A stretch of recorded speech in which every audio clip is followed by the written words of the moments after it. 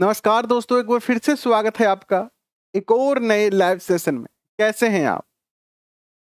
बीच में थोड़ा-सा अंतराल हो गया, इसके लिए खेद प्रकट करते हैं। जो कारण था वो आपको पता है क्या कारण था। लेकिन आज से अब से सारी जो कारण हैं, जो कार्य थे वो सारे पूर्ण हो चुके हैं और अभी से प्रत्येक सेशन जो है वो अपने समय पर होगा और बहुत सारी क्लासें हम दिन में शुरू कर रहे हैं।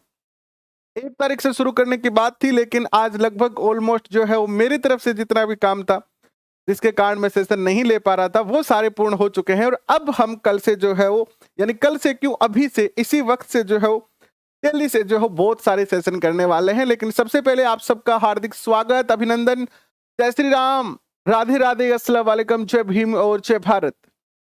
आप सभी का हृदय की गहराई से बहुत बहुत स्वागत और अभिनंदन। मेरी आवाज आ रही है आपको प्रॉपर तरीके से? एक बार कमेंट करके मुझे बता दें तो फिर मैं सेशन की शुरुआत करता हूं। मुझे प्रॉपर तरीके से सुन पा रहे हैं आप? एक बार कमेंट करके बता दें तो फिर सेशन की शुरुआत करें। और मैं आपको टाइम टेबल भी बताऊंगा, प्रिंट वाली भी पीडीएफ मिलेगी आपको, सारे काम होंगे और कौन कौन से सेशन होंगे, किस क्या टाइमिंग रहेगी कल से, वो भी मैं आपको बता देता हूं। कैसे हैं आप मंजू जी? जय श्री राधे कृष्णा जी। कैसे हैं आप कुलदीप सैनी जी, मनोज भाई?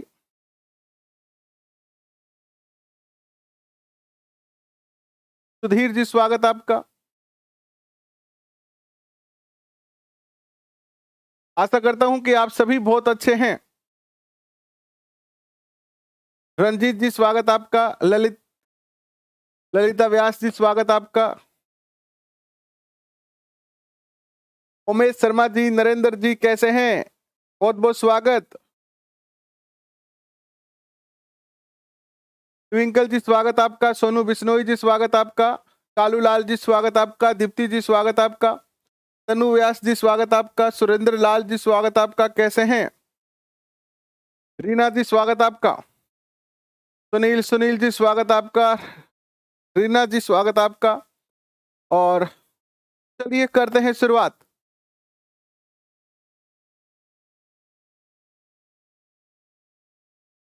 जयनारायण जी, अमित पूनिया जी कैसे हैं? बागचंद जी स्वागत आपका। आयुष वर्मा जी स्वागत आपका। चलिए करते हैं शुरुआत और एक बार फिर से अपने लक्ष्य की ओर कदम बढ़ाते हैं और अपनी सफलता की राह पर एक और बेहतरीन सा प्यारा सा कदम हम जो है वो रखते हैं। और आज से अब से रोजाना डेली निरंतर जो है वो हमारी क्लास रहेगी। किसी भी क्लास में कोई भी टाइमिंग जो है वो मिस नहीं होगी और सारी क्लासें अपने समय पर होगी। जी नरेंद्र जी आपका बहुत बहुत स्वागत। और मीनाक्षी जी, जो नरेंद्र जी कह रहे हैं कि नरेंद्र और मीनाक्षी की तरफ से आप सादर प्रणाम कर रहे हैं, तो आपका बहुत बहुत स्वागत। कैसे हैं आप? तो चलिए करते हैं शुरुआत विद्वान साथियों। हम एनसीईआरटी को लेके चल रहे थे और एनसीईआरटी के क्रम में हम जो है वो इससे पहले कक्षा 6 कंप्लीट कर चुके हैं और कक्षा 7 है हमारा राजस्थान, उसके हम 1 से लेकर 6 जो चैप्टर है वो कंप्लीट कर चुके हैं। आज हम बात करेंगे चैप्टर नंबर 7, 8 की और कल 9 और 10 की बात करेंगे। कल एनसीईआरटी क्लास 7 जो है वो पूर्ण हो जाएगी और फिर कक्षा 8 हम शुरू करेंगे, 9, 10 करेंगे।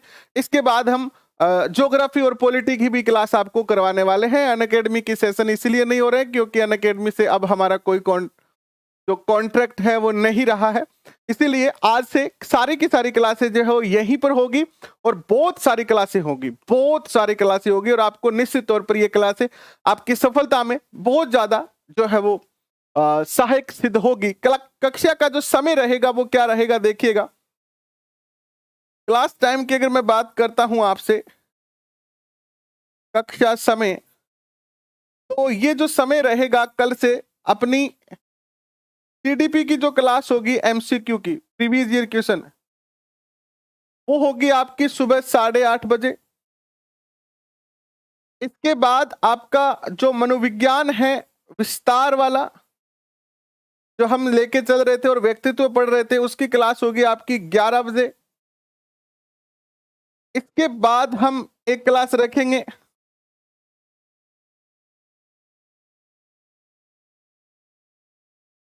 जिसके अंदर हम ग्रेड सेकंड 2011 से लेकर और 2018 तक के पेपर करेंगे, एसएसटी के एंड जीके के। और ये जो क्लास का समय रहेगा वो रहेगा 3 बजे एवरीडे 3 PM। और फिर चौथी जो क्लास रहेगी वो आपकी रहेगी एसएसटी की एनसीईआरटी, और ये रहेगी रात को 8:30 बजे। इसके बीच में हम प्रयास करेंगे कि 5 से 6 बजे क्लास रखें जहां हम शिक्षण विधियों के प्रीवियस ईयर क्वेश्चन कर सके। तो इस तरीके से हम बहुत सारी क्लासें, अभी 4 क्लासें कल से हम शुरू कर रहे हैं आपके लिए। तो चलिए करते हैं शुरुआत आज के सेशन की। टाइम नोट कर लीजिएगा, सुबह 8:30 बजे, 11 बजे, 3 बजे और रात को 8:30 बजे। ठीक है, ये सारी जो क्लासें हैं वो रहेगी। और आज के सेशन की करते हैं शुरुआत। विद्वान साथियों, अगर आप हमारे इस परिवार के सदस्य नहीं बने हैं तो परिवार के सदस्य बन जाइएगा, ताकि आने वाले जितने भी सेशन हैं वो सबका आपको नोटिफिकेशन मिल सके और आप उस सारे सेशन को समय पे देख सके। प्लस दूसरी बात, पहले हम जो प्रीवियस ईयर क्वेश्चन की क्लास कर रहे थे वो हम स्मार्ट बोर्ड पे नहीं कर रहे थे, लेकिन अब कल से जो क्लासें होगी वो सारी की सारी क्लासें स्मार्ट बोर्ड पर होगी। एसएसटी के जो नए टॉपिक जुड़े हुए हैं वो सारे के सारे आपको करवाए जाएंगे। टॉपिक एक एक टॉपिक हम टॉपिक वाइज शुरू करेंगे। जैसे ही कक्षा ये एनसीईआरटी वाली कंप्लीट हो जाती है और एक समय और निकाल के हम उनको टॉपिक वाइज भी शुरू करने वाले हैं, तो सारी चीजें करवाएंगे। यानी मनोविज्ञान और एसएसटी से संबंधित आपका रीट प्लस सेकंड ग्रेड में कुछ भी नहीं बचेगा, ऐसा हम प्रयास करेंगे।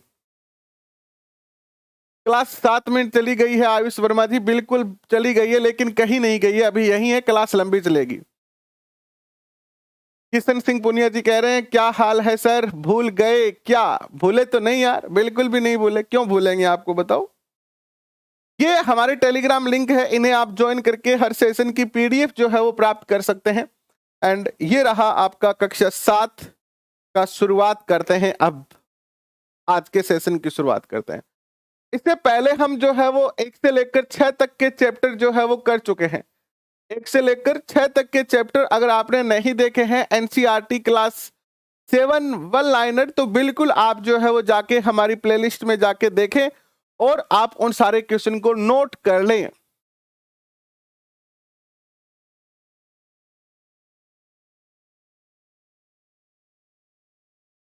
तो चलिए करते हैं शुरुआत। एमए बेस पर आप फर्स्ट ग्रेड का फॉर्म अप्लाई नहीं कर सकते हैं। आपको ग्रेजुएशन एंड बीएड में जो सब्जेक्ट है उसी के आधार पर फर्स्ट ग्रेड की जो नोटिफिकेशन आई है, अगर आप चाहें तो उसमें फॉर्म अप्लाई कर सकते हैं। ठीक है, तो पहला क्वेश्चन देखिएगा। प्रियंका मीना जी, हर सेशन की पीडीएफ हम बिल्कुल डालते हैं, आप जाके टेलीग्राम पे डाउनलोड कर सकते हैं। 7 नंबर अध्याय का पहला क्वेश्चन ये बनता है कि 13वीं और 14वीं शताब्दी में पंजाब में मुख्य कौन सी जनजातियां निवास करती थी? 13वीं से लेकर 14वीं शताब्दी, यानी 13वीं 14वीं शताब्दी के अंदर पंजाब के अंदर कौन सी जनजातियों का निवास था या कौन सी जनजातियों का उदय हुआ था?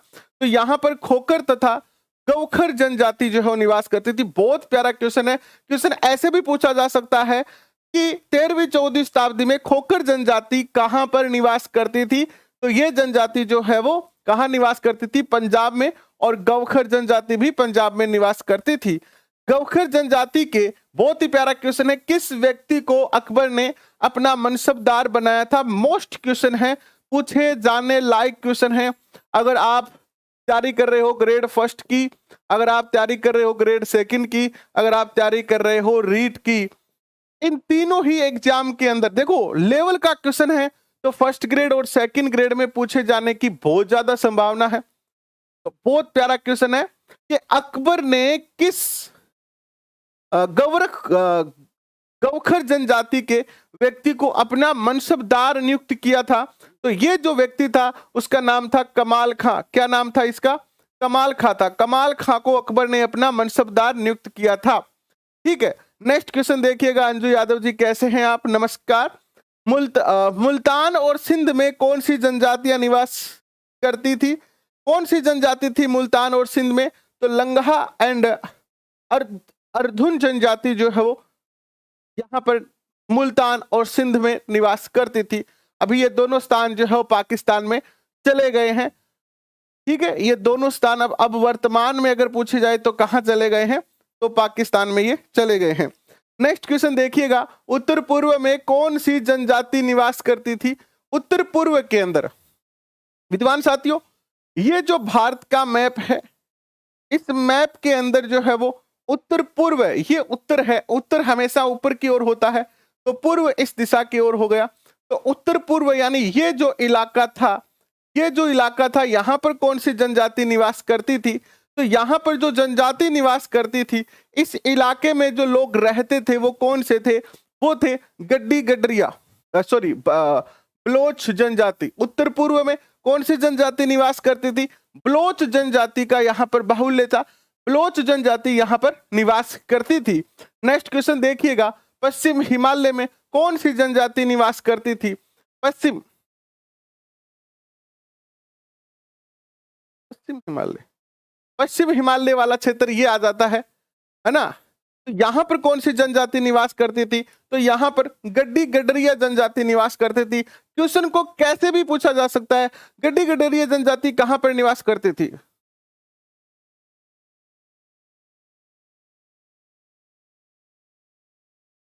गड्डी गडरिया जनजाति कहां पर निवास करती थी? ऐसा क्वेश्चन पूछा जा सकता है। क्वेश्चन पूछा जा सकता है कि बलोच जनजाति भारत के किस हिस्से में निवास करती थी? इस प्रकार के प्यारे प्यारे बहुत छोटे छोटे और मस्त क्वेश्चन बनते हैं। और हालांकि जब हमारी एक लर्नर की एक आदत होती है कि जब पढ़ता है जब वो पढ़ता है, जब बुक उसके सामने होती है, तो उसको ऐसा लगता है कि मुझे सारे क्वेश्चन आते हैं, मुझे सारे क्वेश्चन याद हैं, मुझे सारे क्वेश्चन याद हैं। बट जब पेपर में ये सारे सरल क्वेश्चन आते हैं तब भी हमें ये क्या लगते हैं? कठिन लगते हैं। पेपर में ये जो सरल क्वेश्चन होते हैं ये भी हमें क्या लगते हैं? कठिन लगते हैं। तो सबसे अच्छा तरीका क्या है? एक रजिस्टर अपने पास रखो हमेशा, एक रजिस्टर अपने पास रखो हमेशा। और अब मैं भी क्या करता हूं, पहले क्वेश्चन रजिस्टर में लिखता हूं, उसके बाद उनको टाइप करता हूं और फिर आप तक पहुंचाता हूं। इसीलिए हमारे सेशन में थोड़ा समय लग जाता है, हम बहुत ज्यादा सेशन नहीं कर पाते हैं, क्योंकि एक एक क्वेश्चन को बनाना, फिर उसको टाइप करना, और वो भी सारा का सारा जो काम है, यहाँ पर कोई टेक्निकल टीम नहीं है, यहाँ पर कोई जो है टाइपराइटर नहीं है, यहाँ पर कोई कंटेंट तैयार करके पढ़ा नहीं जाता है। बड़े बड़े कोचिंग संस्थान होते हैं, वहां पर डाटा तैयार करने वाले अलग होते हैं, उसको टाइप करने वाले अलग होते हैं, टेक्निकल टीम अलग होती है, अध्यापक का काम केवल और केवल आके उस चीज को एक्सप्लेन करना होता है। लेकिन यहाँ पर क्योंकि ये हम छोटे से परिवार के सदस्य हैं, यहाँ पर सारे काम एक ही व्यक्ति को यानी एक मुझे ही करने होते हैं और हम सब मिलकर वो कार्य करते हैं। तो यहाँ पर थोड़े थोड़े काम को हम समय में निकाल कर आपके लिए कर रहे हैं। तो बस छोटा सा आप अपना प्यार जो हो हमारे प्रति जाहिर कर सकते हैं। अगर आपको लगे कि ये सेशन में आपको मजा आ रहा है तो इसे अपने दोस्तों तक पहुंचाने का आप प्रयास करें, ताकि इस परिवार को बड़ा किया जा सके और बेहतर तरीके से हम और सारी चीजें कर सके। देखिए नेक्स्ट क्वेश्चन देखिएगा। भारत के पूर्वी भाग में कौन सी जनजाति निवास करती थी? तो देखिए पूर्वी भाग हो गया ये वाला। इस भाग के अंदर नागा अहोम जनजाति निवास करती थी, नागा और अहोम जनजाति निवास करती थी। बिहार झारखंड में 12वीं शताब्दी में किन का उदय हुआ, यानी कौन सी लोगों का उदय हुआ, कौन सी जनजाति का उदय हुआ? तो चेर सरदार शाहियों का उदय हुआ। क्वेश्चन कैसे पूछा जाएगा? बहुत सुंदर सा क्वेश्चन बनता है कि चेर सरदार शाही मुख्य रूप से किस इलाके से जुड़े हुए थे, या चेर सरदार शाही जो है वो भारत के कौन से राज्यों से जुड़े हुए थे? तो ये जो थे वो कौन थे? बिहार और झारखंड से 12वीं शताब्दी में इनका जो है वो आधिपत्य था, यहाँ पर ये निवास करते थे। नेक्स्ट क्वेश्चन देखिएगा, आपके स्क्रीन पर आता है विद्वान साथियों कि चेर सरदार शाहियों पर किसने आक्रमण किया। ये जो चेर सरदार शाही इलाका था बिहार और झारखंड का, इस इलाके पर किसने आक्रमण किया। बहुत सुंदर सा क्वेश्चन है। आप एक शासक का नाम जानते हो, मान सिंह, जो कि जयपुर के शासक थे और जोधाबाई के भतीजे थे। जब अकबर और जोधा का विवाह हुआ तो उसके भतीजे को बुआ के साथ दहेज में दे दिया गया और अकबर ने भी उसको अपना दत्तक पुत्र के रूप में स्वीकारा और लगभग अकबर के जो अभियान थे उन अभियानों का संचालन किया करता था मान सिंह। तो अकबर ने अपने सेनापति मान सिंह को भेजा था कहां पर, इस इलाके में बिहार और झारखंड के अंदर जो चेर सरदार शाही इलाका था वहां पर आक्रमण करने के लिए, और यहां पर इनको जो है वो क्या मिलती है, विजय प्राप्त होती है। नेक्स्ट क्वेश्चन देखिएगा आपके स्क्रीन पर, और ये बात थी 1591 की। मुंडा जनजाति कहां निवास करते थे। मुंडा जनजाति के जो लोग थे वो बिहार, झारखंड, उड़ीसा और बंगाल के अंदर जो है वो निवास करते थे। बहुत प्यारा क्वेश्चन है, मुंडा से क्वेश्चन पूछा जा सकता है। नेक्स्ट क्वेश्चन देखिएगा,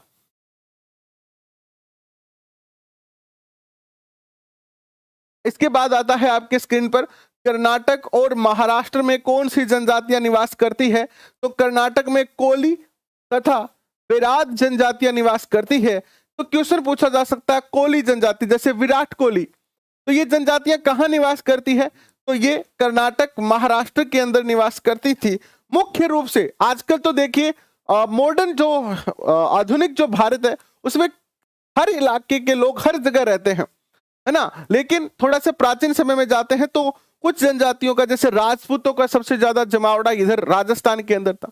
तो इस तरीके से स्थान विशेष पर जो है जमावड़े के बारे में बात की गई है। दक्षिण भारत में कौन सी जनजातियां निवास करती थी। तो दक्षिण भारत के अंदर, दक्षिण भारत यानी नीचे वाला जो हिस्सा है भारत का, जो नीचे वाला हिस्सा है, ये वाला जो हिस्सा है, यहां पर कोरबा, बेतर और मारवाड़ इत्यादि जनजातियां जो है वो निवास करती थी। विद्वान साथियों, बहुत सीधी सीधी बात है। देखो बहुत सारे कुछ बच्चे ऐसे होते हैं जो थोड़े से नादान होते हैं, थोड़े से भोले होते हैं, मासूम होते हैं, अभी अभी कंपटीशन में आए होते हैं, उनको नहीं पता है कि कंपटीशन कितना ज्यादा है, कितना खतरनाक है। और बहुत सारे बच्चे सीरियस भी होते हैं। बहुत सारे बच्चे ऐसे होते हैं जो फर्स्ट टाइम में ही कंपटीशन में जो है अच्छे नंबर लाके अपनी सफलता को प्राप्त कर लेते हैं। लेकिन मैं आपसे एक बात एज ए बड़े भाई कहना चाहता हूं कि आप थोड़ा सा इस समय सीरियस हो जाइए। ये जो 2022 है इसके अंदर 3-2 है, यानी 3 बार 2 आते हैं, और हमारे जीवन में ये 2022 बहुत ज्यादा अहम रोल निभाने वाला है। विद्वान साथियों, आप थोड़ा सा अगर आप अध्यापक बनना चाहते हैं तो आप, अगर आपका पैशन है और आप इस पैशन को प्रोफेशन बनाना चाहते हैं, यानी आप अध्यापक बनकर अध्यापन कार्य करवाकर अपने परिवार का भरण पोषण करना चाहते हैं, और आपका लक्ष्य है कि आप एक समाज में अध्यापक के रूप में अपनी भूमिका निभाएं, तो ये 2022 सबसे ज्यादा गेम चेंजर होगा। क्यों होगा? इसका कारण यह है क्योंकि ये जो भर्ती है 2022 की, ये भर्ती के बाद आगे आपको पता है शायद 2 साल 3 साल तक भर्ती ना आए, और इसके बाद जो नई शिक्षण नीति है, आप सब ने न्यूज़पेपर के माध्यम से और विभिन्न सोर्स के माध्यम से ये सारी बातें जान रखी है कि जो नई शिक्षा नीति है उसके तहत अध्यापक बनना एक कठिन कार्य हो जाएगा, क्योंकि इसमें बहुत सारे स्टेप होंगे जहां आपको प्रैक्टिकल करना पड़ेगा, पेपर भी देना पड़ेगा और इंटरव्यू जैसे बहुत सारी स्टेप होंगी, और उन सारे स्टेप से निकलना बड़ा कठिन हो जाएगा। हालांकि कुछ भी कठिन नहीं होता, लेकिन फिर भी आज के मुकाबले वहां पर थोड़ी ज्यादा कठिनाई महसूस होगी। तो इसके लिए हम क्या कर सकते हैं? अगर आप चाहते हैं कि आपको वो सारी स्टेप पार ना करनी पड़े, तो बिल्कुल इस समय अपने आप को एक बेहतर सीरियस तैयारी करने के लिए आप तैयार करें। ये जो 5-6 महीनों का समय है, इस समय आप बाकी सब चीजों से अपना ध्यान हटाएं और अपने लक्ष्य की ओर ध्यान दें, क्योंकि इस बार हम चूक गए। ये तो बहुत पहली बार ऐसा हो रहा है ये तो रीट का मामला उठ गया, रीट की भर्ती रद्द हो गई, इसीलिए जल्दी तुरंत तुरंत भर्ती आ गई, वरना रीट की भर्तियां इतनी जल्दी आती नहीं है। और इस बार आप सबको मौका मिल रहा है कि आपको फर्स्ट ग्रेड, सेकंड ग्रेड और थर्ड ग्रेड यानी 3 तरीके के अध्यापक बन सकते हैं आप। अध्यापक में ये 3 ही है, इसके बाद तो कॉलेज लेक्चरर है, तो तीनों लेवल की भर्तियां इस समय आपके सामने है। तो आपका जो भी लक्ष्य है उस लक्ष्य को आप जो है वो तय करें और उसके लिए बेहतरीन तरीके से सीरियस जो हो तैयारी कीजिए, ताकि आपको आगे की कठिनाइयों का सामना ना करना पड़े।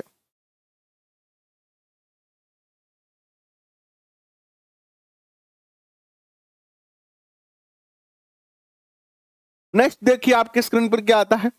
नेक्स्ट आता है कि भील जनजाति कहां निवास करती थी। तो आप सब जानते हैं कि पश्चिम तथा मध्य भारत में, पश्चिम में तो राजस्थान आता ही है और मध्य भारत में एमपी आता है।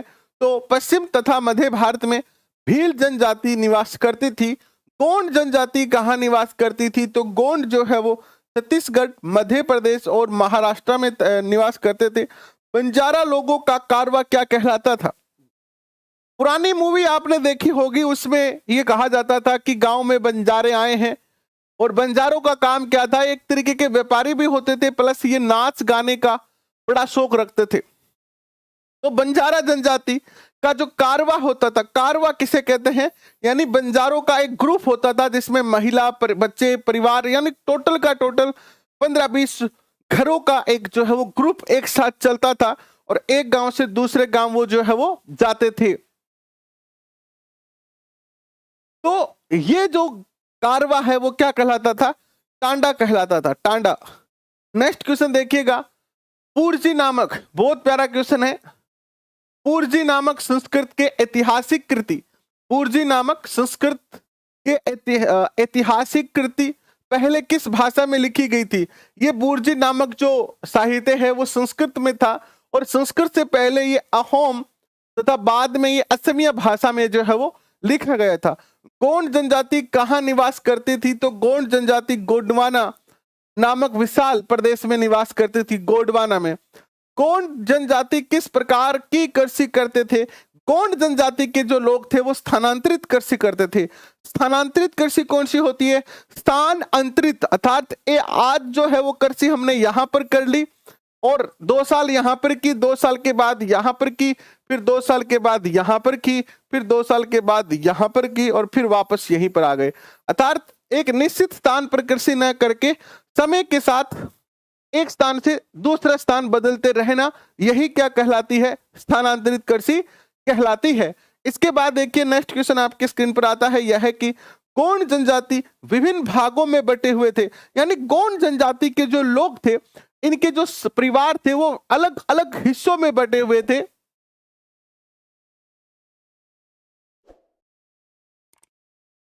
और क्या कहलाते थे ये भाग, ये कुल कहलाते थे। क्या कहलाते थे, यानी गोंड जनजाति के जो ये पार्ट थे वो क्या कहलाते थे, कुल कहलाते थे। प्रियंका जी, अब एक ही बात को कितनी बार कहा जाए, आपके कमेंट मैंने पहले ही पढ़ लिए हैं और मैंने सेशन शुरू किया तब बताया कि अगर आप ग्रेड फर्स्ट की, मैं आपको एनसीईआरटी पढ़ा रहा हूं और एनसीईआरटी या आरबीएसई, अगर आप आरएस की तैयारी कर रहे हो तब भी आप आरबीएसई पढ़ोगे, अगर आप यूपीएससी की तैयारी कर रहे हो, आईएएस बनना चाहते हो तो भी आपको एनसीईआरटी पढ़नी पड़ेगी। तो आप चाहे फर्स्ट ग्रेड की तैयारी कर रहे हो, सेकंड ग्रेड की तैयारी कर रहे हो, रीट की तैयारी कर रहे हो, ये एनसीईआरटी के क्वेश्चन आपके हर एग्जाम में काम आएंगे, हर एग्जाम में, हर पेपर में आपका साथ देंगे, कभी आपका साथ ये नहीं छोड़ेंगे। ठीक है प्रियंका जी, नेक्स्ट क्वेश्चन देखिए आपके स्क्रीन पर कि अकबरनामा के अनुसार गोंड राज्य में कितने गांव होते थे। अकबरनामा के अनुसार गोंड जो जनजाति थी उसके जो गांव होते थे, उस गांव के अंदर जो है वो राज्य में कितने गांव होते थे, यानी गोंड राज्य में कितने गांव होते थे। तो 70,000 गांव होते थे। कहां के गोंड राज्य में 70,000 गांव थे। तो गढ़कटंगा नामक जो गोंड राज्य था, गढ़कटंगा, बहुत प्यारा क्वेश्चन है, क्वेश्चन पूछा जाएगा आपसे, गढ़कटंगा का संबंध किस जनजाति से है? गढ़कटंगा का संबंध किस जनजाति से है? और आपका जिसने पढ़ा होगा वो सही सही उत्तर देगा कि गढ़कटंगा जो है वो गोंड राज्य से संबंधित है, गोंड जनजाति से संबंधित है। नेक्स्ट क्वेश्चन देखिएगा आपके स्क्रीन पर आता है कि गोंड राज्य की प्रशासनिक व्यवस्था में राज्य विभाजित होते थे तो गढ़ों में होते थे। यानी गोंड राज्य जो था, मान लीजिए ये गोंड राज्य है, इसके अंदर छोटे छोटे और भाग होते थे, इनको क्या कहा जाता था? गढ़ कहा जाता था। क्या कहा जाता था? गढ़ कहा जाता था। एंड गोंड राज्य में गढ़ों को किस में विभाजित किया जाता था? तो इनको 84 गांव में विभाजित किया जाता था। यानी 84 गांव मिलकर एक गढ़ कहलाता था। क्या कहलाता था? गढ़ कहलाता था। और इस प्रकार बहुत सारे गढ़ मिलकर क्या कहलाते थे? राज्य कहलाते थे। क्या कहलाते थे? राज्य कहलाते थे। समझ में आया? यानी गोंड जो साम्राज्य था उसमें जो शासनिक प्रशासनिक व्यवस्था थी उसके अंदर यह रखा गया कि उसको गढ़ में बांटा गया और गढ़ को फिर गांव में बांटा गया और 84 गांव की संख्या गढ़ कहलाती थी। बिल्कुल श्री राम न्यूज, मैं तारानगर से ही हूं भाई, ठीक है। नेक्स्ट क्वेश्चन देखिए आपके स्क्रीन पर आता है, यह है कि 84 गांव को इकाइयों को किसमें विभाजित किया गया था? अब ये जो 84 गांव थे, अब इसको भी डिवाइड किया गया था किसमें? बरहोतों में। किसमें किया गया था? बरहोतों में किया गया था। और बरहोत में, एक बरहोत में कितने गांव होते थे? एक बरहोत में 12 गांव होते थे। कितने गांव होते थे? 12 गांव होते थे। यानी 12 गांव के एक समूह को क्या कहते थे? बरहोत कहते थे। क्या कहते थे? बरहोत कहलाते थे। और एक बरहोत में कितने गांव होते थे? तो 12 गांव होते थे। गढ़कटंगा के किस राजा ने संग्राम शाह की उपाधि धारण की थी? बहुत प्यारा क्वेश्चन है। गढ़कटंगा क्या है? एक गोंड राज्य है और गढ़कटंगा के एक शासक हुए हैं संग्राम शाह, और संग्राम शाह ने उपाधि धारण की है किसकी? संग्राम शाह की उपाधि किस राजा ने धारण की है? तो राजा अमनदास हुए हैं। कौन हुए हैं? राजा अमनदास। बहुत प्यारा क्वेश्चन है। राजा अमनदास के पुत्र थे दलपत। क्या नाम था? दलपत। और दलपत ने किस से विवाह किया? तो आपने चंदेल राजा के बारे में सुना होगा। तो चंदेल जो थे वो राजपूत थे। चंदेल राजपूत राजा सालवाहन की पुत्री थी दुर्गावती। इस दुर्गावती से विवाह होता है दलपत का, और दलपत जो था वो एक गोंड शासक था। नेक्स्ट क्वेश्चन देखिएगा आपके स्क्रीन पर आता है, यह है कि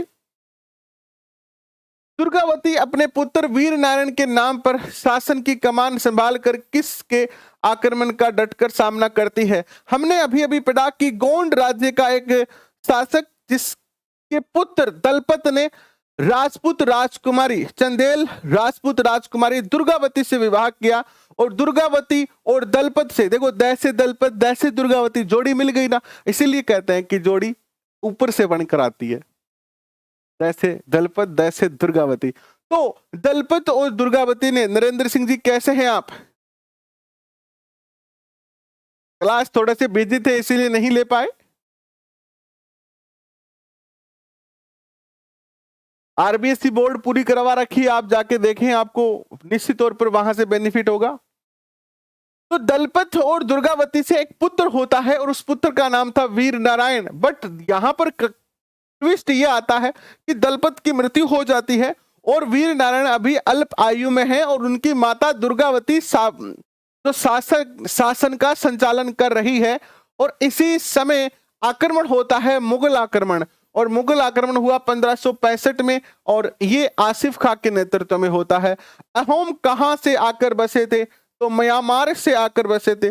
अहोम म्यांमार से आकर कहां बसे थे? ब्रह्मपुत्र की घाटी में बसे थे। अहोमों ने किस राजनीति का दमन किया?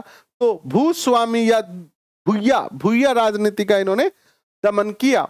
16वीं सदी के दौरान उन्होंने चुटिया 1523 तथा कोच 1581 राज्य को अपने राज्य में मिलाया। यानी ये जो अहोम थे ना, अहोमों ने क्या किया? चुटिया नामक स्थान को 1523 में और कोच हाजो नामक स्थान को 1581 में अपने राज्य में मिलाया। अहोमों को किसने पराजित किया? तो 1662 को मीर जुमला के नेतृत्व में मुगल आक्रमण में जो है अहोम क्या हो जाते हैं? हार जाते हैं, यानी ये मुगलों से संघर्ष नहीं कर पाते हैं और उनकी पराजय हो जाती है। ठीक है,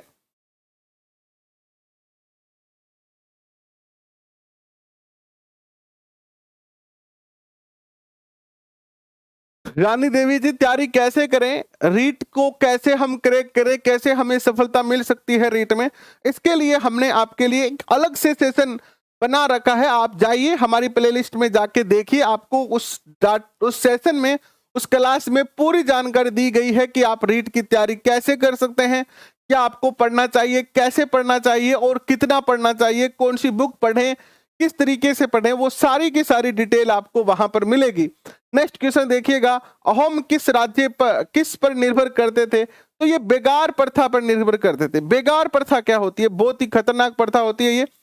यहां पर क्या होता है बेगार प्रथा में, जैसे मैं राजा हूं, ठीक है, तो राजा क्या करता था कि गांव के लोगों को बिना पैसे दिए अपना काम करवाता था। जैसे राजा के घर में झाड़ू लगाना है तो एक व्यक्ति उनके घर पे रोज झाड़ू लगाने आता था, एक खाना बनाने आता था, कुछ सैनिक होते थे। इस प्रकार जितने भी काम होते थे वो लोगों के द्वारा, प्रजा के द्वारा किए जाते थे और उस कार्य के बदले किसी भी प्रकार का उनको सैलरी नहीं दिया जाता था।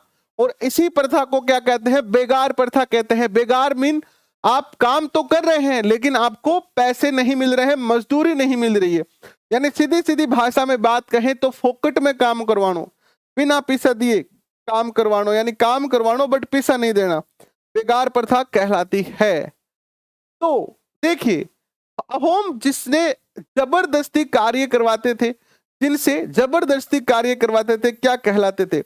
यानी जिन लोगों से अहोम जनजाति के लोग अपने यहाँ जबरदस्ती काम करवाते थे, वो जो लोग काम करने वाले थे वो पाइक कहलाते थे। क्या कहलाते थे? पाइक कहलाते थे। इनकी पीडीएफ हमारे टेलीग्राम पे मिलेगी और टेलीग्राम का लिंक इस पट्टी पर दिया हुआ है, जो नीचे यहाँ रेड कलर की पट्टी चल रही है उसमें स्क्रॉल हो रही है ना, इधर से उधर, ये इसमें आपको लिखा हुआ मिल जाएगा, या फिर नीचे डिस्क्रिप्शन में लिखा हुआ मिल जाएगा, या फिर आप हमारे सेशन की शुरुआत में जाके देखें, वहां पर हमने आपको लिंक दिया है। और दिव्या भार्गव जी, कल से क्लासें, यानी अभी से क्लासें शेड्यूल हो जाएगी, आज से सारी क्लासें अपने टाइम पर होगी। किस जनजाति राज्य में जनगणना की गई थी? यानी कौन सी जनजाति राज्य था जहां पर जनगणना की जाती थी? अब जनगणना क्यों की जाती थी? देखिए, अहोम जो राज्य था उसमें जनगणना की जाती थी और अहोमों में जनजाति की जनगणना इसलिए की जाती थी क्योंकि यहाँ पर लोगों की गिनती की जाती थी, ठीक है, और फिर उनको गिनती के अनुसार काम करवाया जाता था कि इतने लोग जो है वो सेना में काम करेंगे, इतने लोग ये काम करेंगे, इतने लोग ये काम करेंगे। तो ये पूरी डिटेल ये रखा करते थे, ठीक है। अहोम समाज किस में विभाजित था? तो ये कुलों में विभाजित था। और कुल क्या कहलाते थे? कुल जो है खेल कहलाते थे। क्या कहलाते थे? खेल। अहोम जनजाति में किसके काल में हिंदू धर्म प्रधान धर्म बना? यानी अहोम जनजाति में कौन सा शासक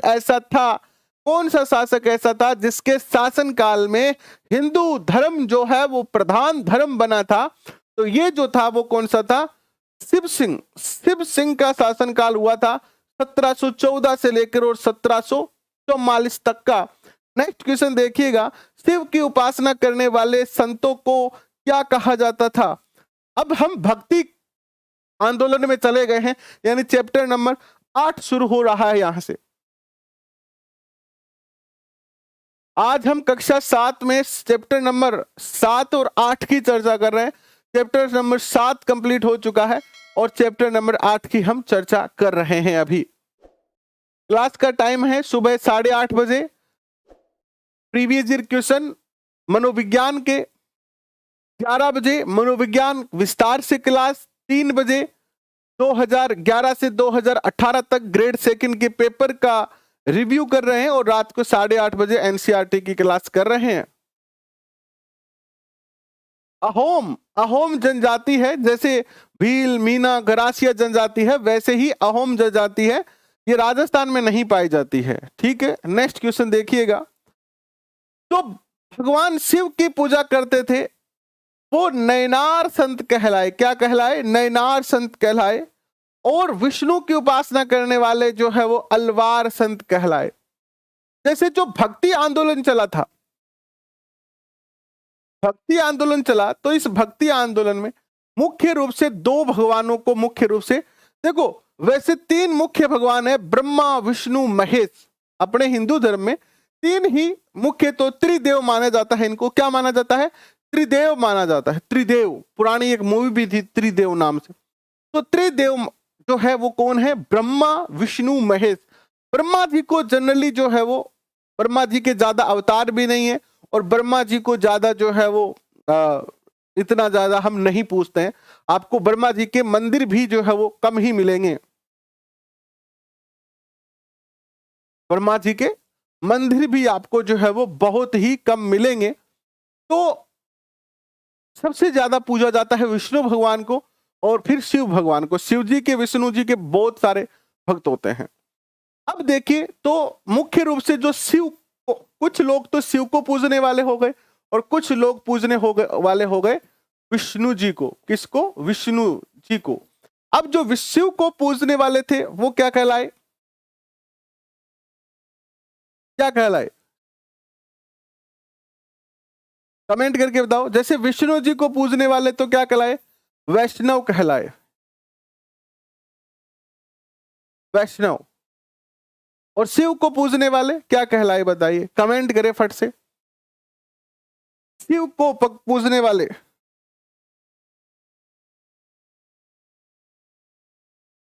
शिव को पूजने वाले क्या कहलाए?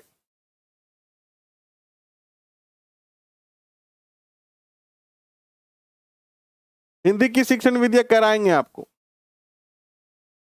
शैव संप्रदाय कहलाया। बिल्कुल, शिव को पूजने वाला क्या कहलाया? शैव संप्रदाय। अब देखिए, यहां पर दक्षिण भारत के अंदर जो भगवान विष्णु को पूजते थे वो तो क्या कहलाए? अलवार कहलाए। और जो भगवान शिव को पूजते थे वो नयनार कहलाए। इसके बाद देखिए, भगवान शिव को पूजने वाले तो यही रहे, लेकिन विष्णु को पूजने वाले दो भागों में डिवाइड हो गए। एक तो भगवान विष्णु का सबसे बड़ा रूप है राम का, और दूसरा जो सबसे प्रसिद्ध रूप है वो है कृष्ण का। यानी भगवान विष्णु ने बहुत सारे अनेकों अनेकों अवतार जो है वो धरती पे लिए हैं, लेकिन उन दोनों बहुत सारे अवतारों में सबसे ज्यादा जो महत्वपूर्ण अवतार थे, जिनमें उनको सबसे ज्यादा लोगों ने जाना, पहचाना और आत्मसात किया, वो था भगवान राम का और भगवान कृष्ण का। तो कुछ लोग तो राम को पूजने वाले हो गए, तो वो उनका एक अलग संप्रदाय हो गया, और जो भगवान कृष्ण को पूजने वाले थे उनका संप्रदाय अलग हो गया। ये कृष्ण मार्गी हो गए, ये राम के उपासक हो गए। तो इस प्रकार से ये डिवाइडेशन हुआ है। इसके बाद और भी डिवाइडेशन है। इससे पहले का डिवाइडेशन है निर्गुण और सगुण। ठीक है, इससे पहले भक्ति आंदोलन का जो डिवाइडेशन है वो किस रूप में है? निर्गुण और सगुण। तो ये सगुण भक्ति धारा के अंदर डिवाइडेशन आपने देखा है। तो नयनार संत और अलवार संत मुख्यतः किस जातियों से संबंधित थे? यानी ये अलवार और नयनार जो संत थे, उनके जो गुरु थे या उनके जो संत थे वो किन जनजातियों से संबंधित थे? तो पुलैया और पनार, अस्पृश्य जातियों से संबंधित थे। यानी ऐसी जनजातियां जिन्हें हम अस्पृश्य मानते थे, नीची जातियां मानते थे, जो स्पर्श के योग्य भी नहीं होती थी। जनरली जो उच्च वर्ग के लोग थे वो इनको अस्पृश्य से मानते थे कि ये लोग जो है वो, अगर हमें, जैसे आप पुरानी मूवी देखते हैं तो कि गिलास के अगर किसी ने, अस्पृश्य व्यक्ति ने यानी नीची जाति के व्यक्ति ने हाथ लगा दिया तो गिलास को फेंक दिया जाता था और उस व्यक्ति को पीटा जाता था। तो इस प्रकार की नीची कही जाने वाली जातियों से ये लोग संबंधित थे। लेकिन वास्तव में कोई जाति या कोई व्यक्ति ऊंचा या नीचा नहीं होता है। जाति प्रथा सारी हमारी बनाई हुई है, मानव की बनाई हुई है। ईश्वर ने एक बनाया इंसान, और वो सारे एक बराबर है। तो शिक्षा ही वो हथियार है जिससे ये सारी चीजें दूर हो सकती है।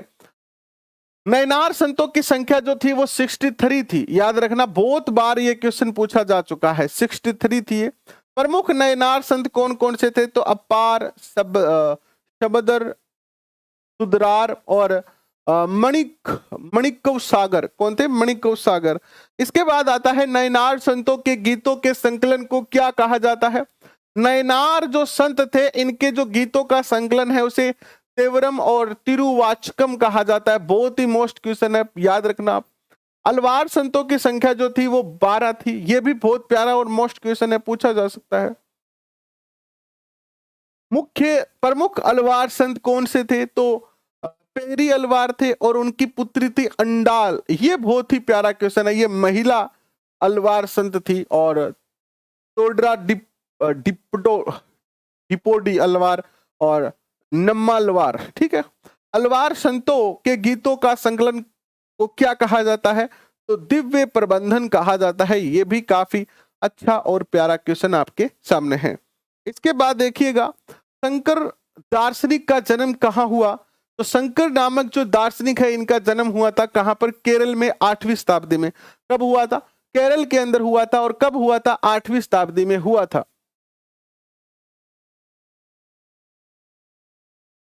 जी।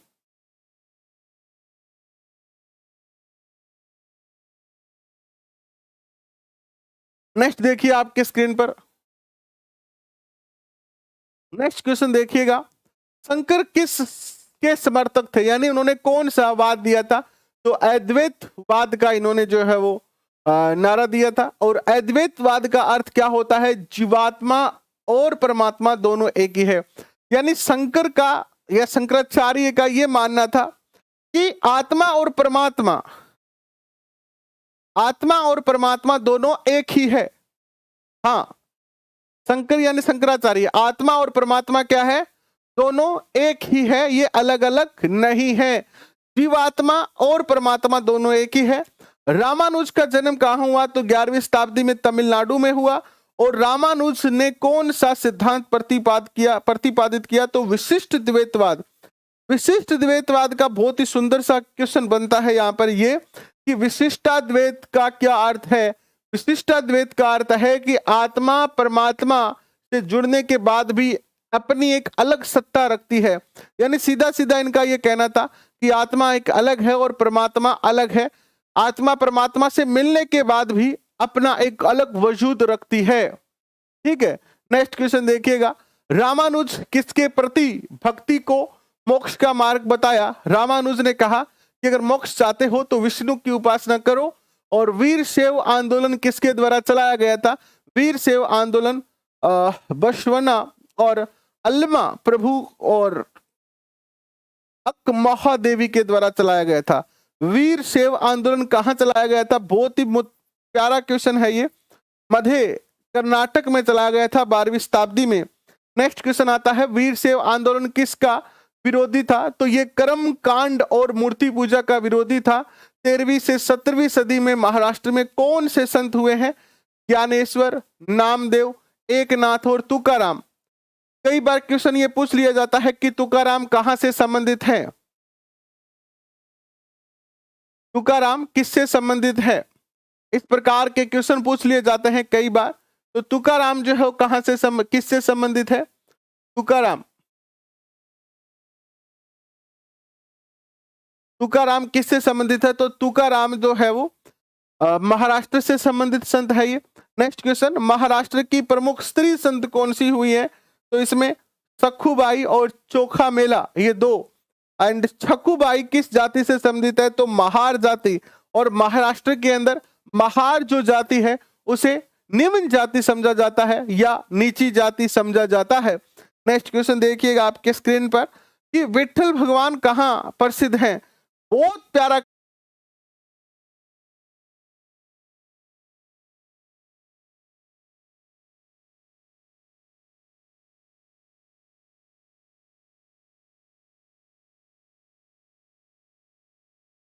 सॉरी दोस्तों, टेक्निकल इशू के कारण और कुछ बाधा आने के कारण नेट में ये सेशन जो है वो, एक सेकंड रुकिए।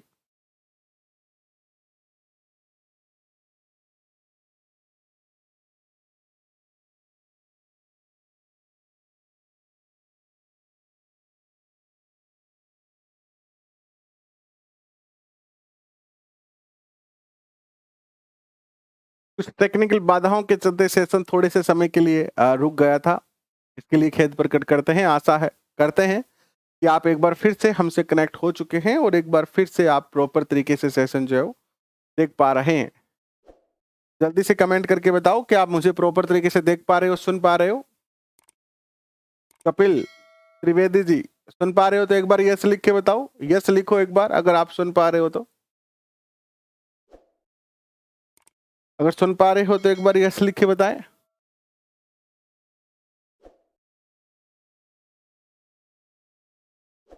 जी ओके ठीक है। हम यहाँ थे, हम एनसीईआरटी कर रहे हैं और विठल भगवान की हम चर्चा कर रहे थे। विठल किसका अवतार माने जाते थे? तो विठल भगवान जो है वो अवतार माने जाते थे भगवान विष्णु के।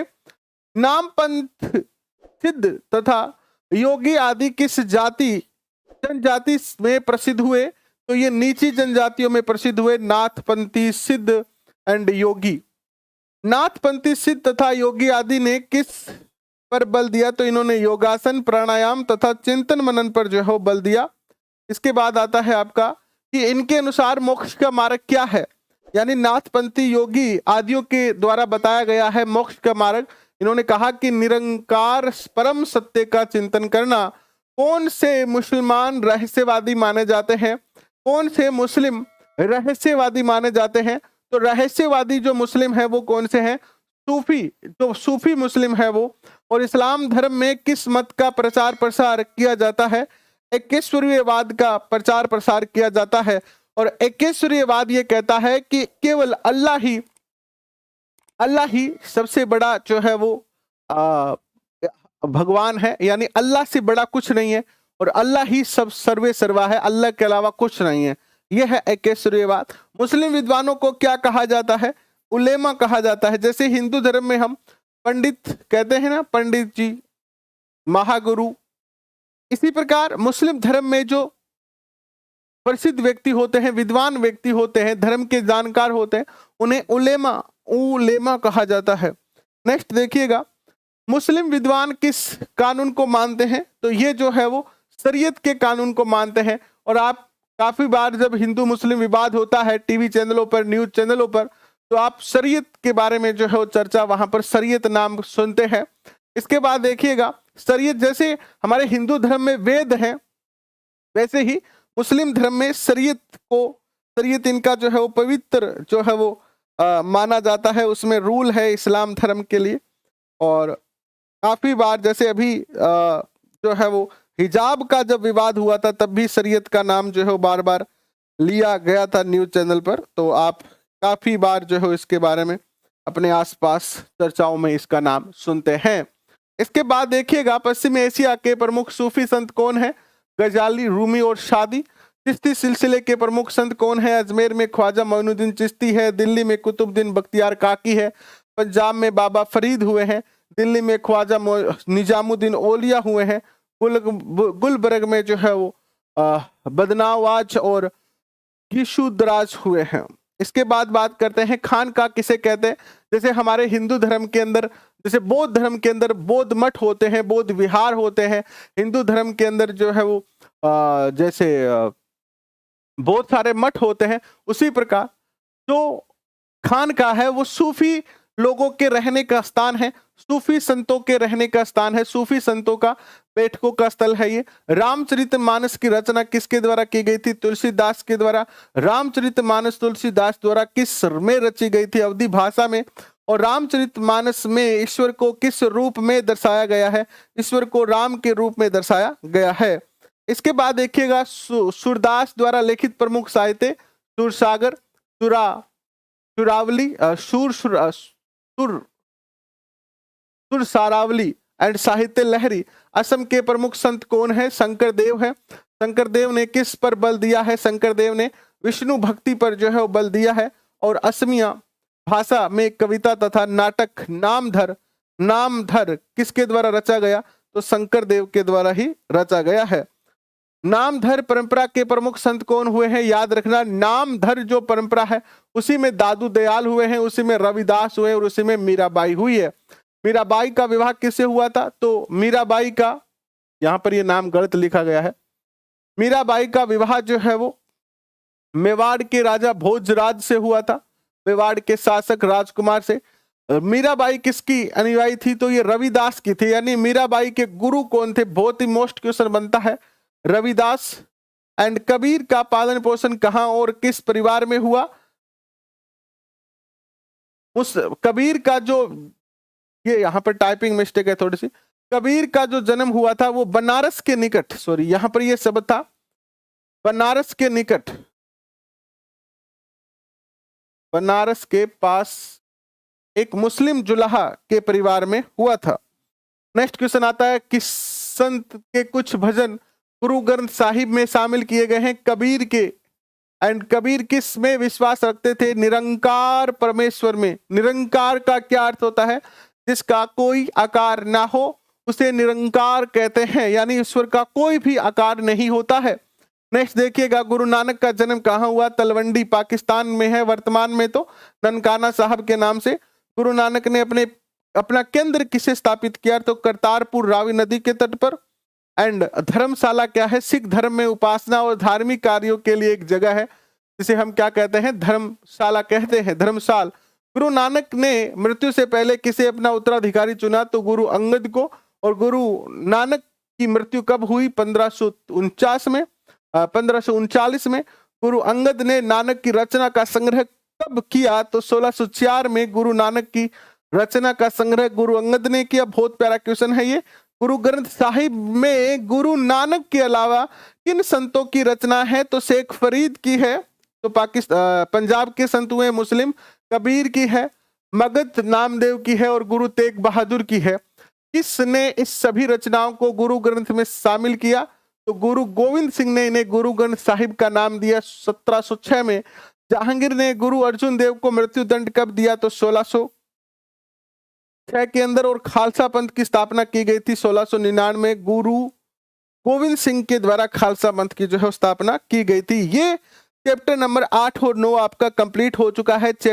बुक 7 का, यानी 7वीं क्लास के 2 चैप्टर बचे हैं, चैप्टर नंबर 9 और 10। कल हम चैप्टर नंबर 9 और 10 कंप्लीट करेंगे और ये कक्षा 7 भी आपकी पूरी हो जाएगी। कल के क्लास का टाइम टेबल आपके सामने रख देता हूं। अगर आप इस परिवार के सदस्य नहीं बने हैं, अगर आपने इस चैनल को सब्सक्राइब नहीं किया है, तो एक बार सारे बच्चे सब्सक्राइब करके अपने दोस्तों के साथ शेयर जरूर करें। और ये टेलीग्राम लिंक है, यहाँ पर आपके सामने, इनको कोड को स्कैन करके या नीचे दिए गए टेलीग्राम लिंक पे क्लिक करके जरूर ज्वाइन कर ले, पीडीएफ मिल जाएगी आपको। और प्लस कल सुबह 8:30 बजे से मनोविज्ञान के प्रीवियस ईयर क्वेश्चन की क्लास, 11 बजे मनोविज्ञान की विस्तार क्लास, 3 बजे एसएसटी के पेपर और रात को 8:30 बजे, यानी कल से सारी क्लास आपकी शुरू हो जाएगी। अभी के लिए बहुत बहुत धन्यवाद। शुभ रात्रि। Thank you.